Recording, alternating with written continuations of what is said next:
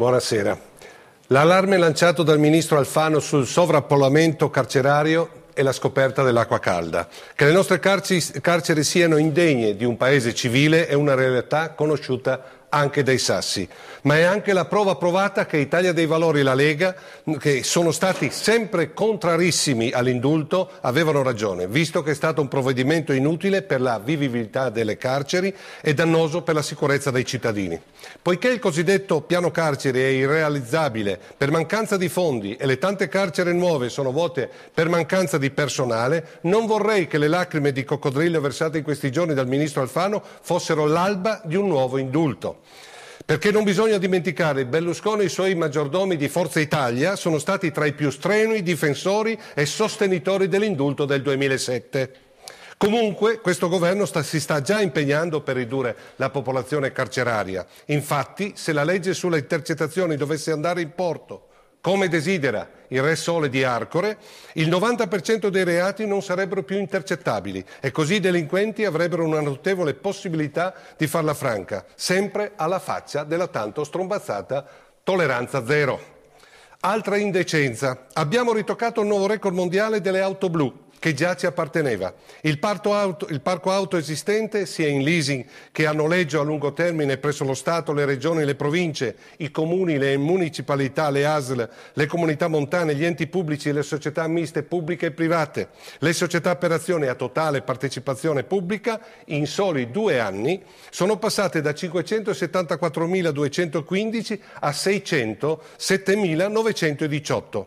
Siamo nettamente primi nel mondo, e ce ne vantiamo ovviamente per l'utilizzo delle cosiddette auto blu. Per fare degli esempi, gli Stati Uniti d'America ne hanno 75.000, la Francia 64.000, la Gran Bretagna 55.000, la Germania 53.000, la Spagna 42.000 e il Giappone 31.000. Nel nostro paese l'uso e spesso l'abuso delle auto di servizio ha superato da tempo il limite della decenza. Bisognerebbe sospendere l'uso di queste vetture, pagate da noi contribuenti, a tutti coloro che non ne hanno diritto, punendone anche l'uso improprio, come spesso accade. Per la partita Roma-Arsenal giocata la scorsa settimana allo Stadio Olimpico di Roma, decine di auto blu sono state mandate al CONI per ritirare i biglietti omaggio messi a disposizione dal CONI stesso per gli uomini del potere politico dei palazzi romani. Non mi pare che ritirare un biglietto omaggio per una partita di calcio sia un compito istituzionale. E ora un altro esempio di sprechi, secondo me, ingiustificabili e inqualificabili.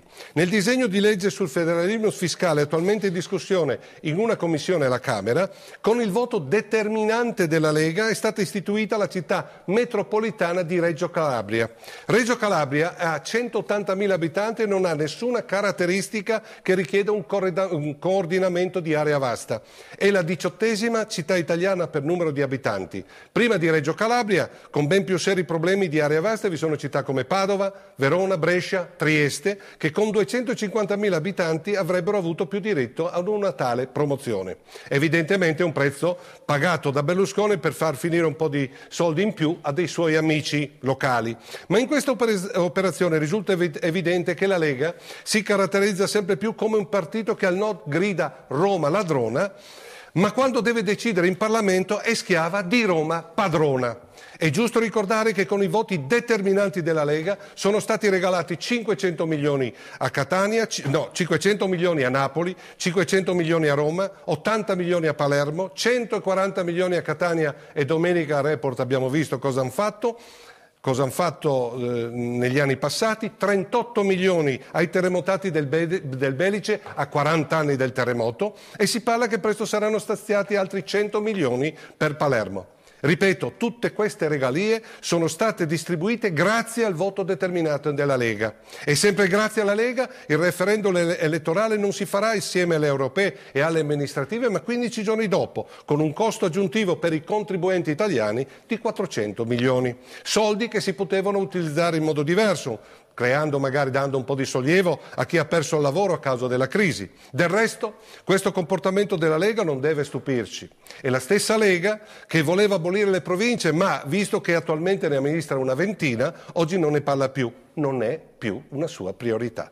A casa mia, questa è una politica da politicanti, una politica dove si predica bene, ma si razzola malissimo. Sveglia gente prima che sia troppo tardi. Arrivederci a mercoledì prossimo.